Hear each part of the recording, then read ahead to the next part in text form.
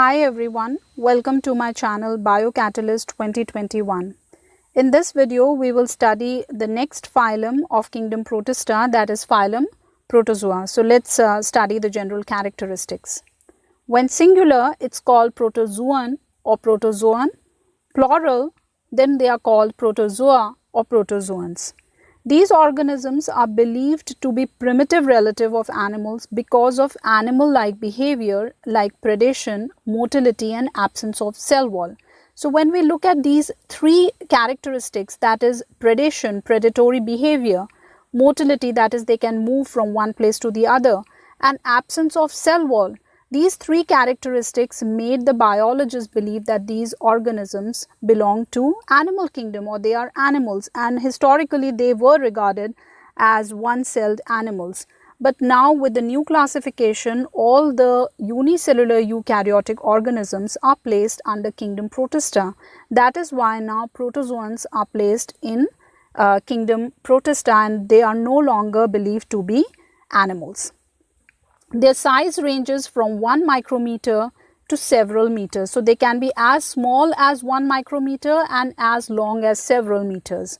They are all heterotrophs and they feed on organic matter such as microbes or organic tissue or debris. So they do not, they cannot prepare their own food. They are all heterotrophic, and that is why either they feed on organic matter or dead decaying matter, or they can be parasites where they can live on or inside the host. So this is the kind of nutrition they follow, and they are all found in moist environment. So the habitat can be found in fresh water, brackish water, saline, but definitely the environment should be moist. It could be moist soil also, or even hypersaline lakes, but all these organisms need moisture for their survival. Protozoans are further classified into 4 categories based on the locomotory organs or locomotory structures. So the 4 categories are amoeboid, flagellated, ciliated and sporozoans. Amoeboid are also called sarcodines. These organisms have pseudopodia, which are also called false feet, as locomotory structures. Flagellated protozoans are those which have flagella as locomotory structure. Ciliated protozoans are those which have cilia as locomotory structures, and sporozoans do not have any locomotory structure. They produce spores which move from one place to the other to spread infection. So let's study each protozoan one by one. Amoeboid protozoans. These are found in fresh water or sea water or on moist soil, and they move and capture their prey by forming pseudopodia. Pseudopodia are also called false feet. For example, the most common example is amoeba.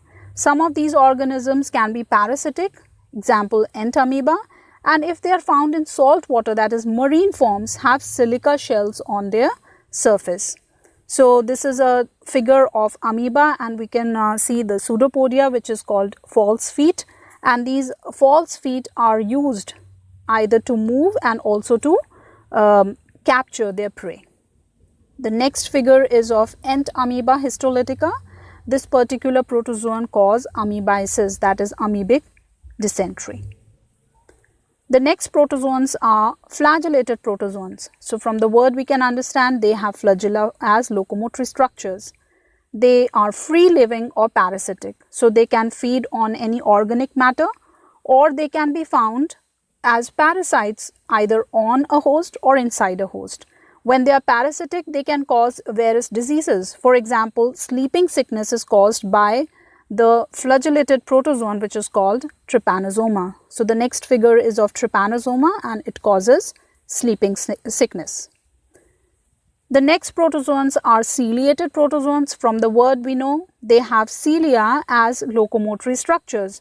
So naturally, these are aquatic and they are actively moving organisms because they have cilia, and they have thousands of cilia on the entire body surface. They have a cavity which is called gullet, and that opens outside of the cell surface. Water laden with food enters by the movement of cilia, for example, paramecium. So let's look at the next figure. This is a figure of paramecium, a particular ciliated protozoan, and you can see here there are thousands of cilia present, and this cavity is known as gullet. And when these cilia, they have a coordinated movement, then the water which is full of the food material enters into the gullet, and that is how the food enters into its body. The last ones are sporozoans.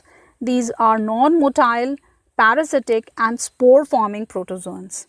These organisms have an infectious spore forming stage in their life cycle, and the most notorious example is Plasmodium. Plasmodium is the malarial parasite and it causes malaria. These are the most dangerous protozoans, one of the most dangerous protozoans. So I hope you have understood why phylum Protozoa are not placed in animals now, and why are they placed under kingdom Protista. What were the characteristics of phylum Protozoa which made the biologists earlier to believe that they belong to animal kingdom, and what are the various characteristics, how are they further classified on the basis of their locomotory structures, and what are the characteristics of each group of protozoans. So if you like my video, then do subscribe my channel and do not forget to like, share or comment. Thank you.